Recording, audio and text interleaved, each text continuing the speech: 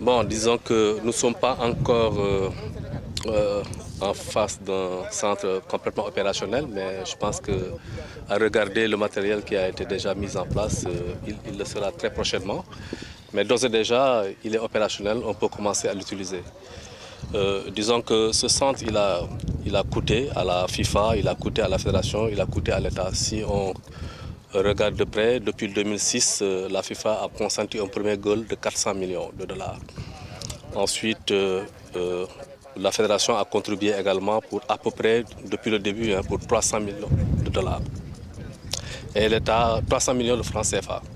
La FIFA est aujourd'hui à 900 millions.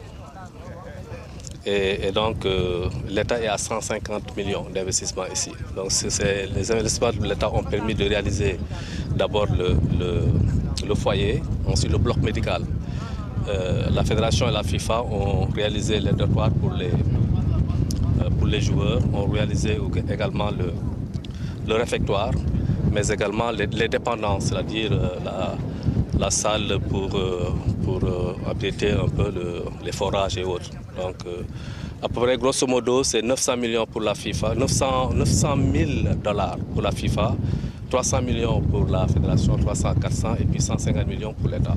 C'est ça que le gros investissement que nous avons eu, hormis maintenant les équipements que nous avons reçus, qui sont au marché à part et que nous venons de réceptionner. Oui, parce que vous voyez bien, nous, on a encore un terrain qui est là, qui va être gazonné également, mais qui va recevoir un gazon synthétique. Ce que nous voulons, c'est avoir un gazon naturel qui permette à l'équipe même première du Sénégal de pouvoir s'entraîner ici, mais également un gazon synthétique que la FIFA vient de nous accorder à hauteur de 500 000 dollars. Donc c'est ce gazon qu'on va réaliser prochainement et qui pourra permettre aux équipes du Sénégal, en fonction du lieu de déroulement des compétitions, de s'adapter.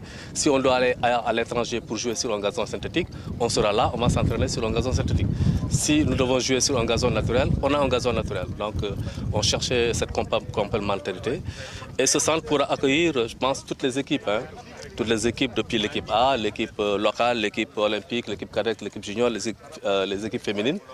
Mais pourquoi pas, à terme, ce que nous souhaitons, c'est que ce soit un complexe qui puisse abriter aussi les compétitions même des autres disciplines. Nous avons de l'espace pour pouvoir, par exemple, faire des terrains multifonctionnels pour abriter le handball, le basket, le volleyball.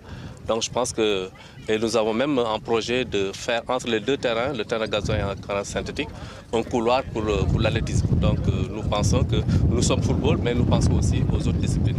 C'est notre intention de faire, c'est vraiment de faire en sorte que ce centre-là puisse accueillir aussi les autres fédérations sportives, en partage avec le centre de Thiès qui est aussi un de nos partenaires. Ce ne sera pas, parce que les gens se posent la question de savoir, mais le centre étant prêt, nous allons être là et on va abandonner le centre de Thiès. Je dis non, les deux centres sont complémentaires. Donc je pense que nous pouvons utiliser à la fois le centre de Thiès, mais aussi ici.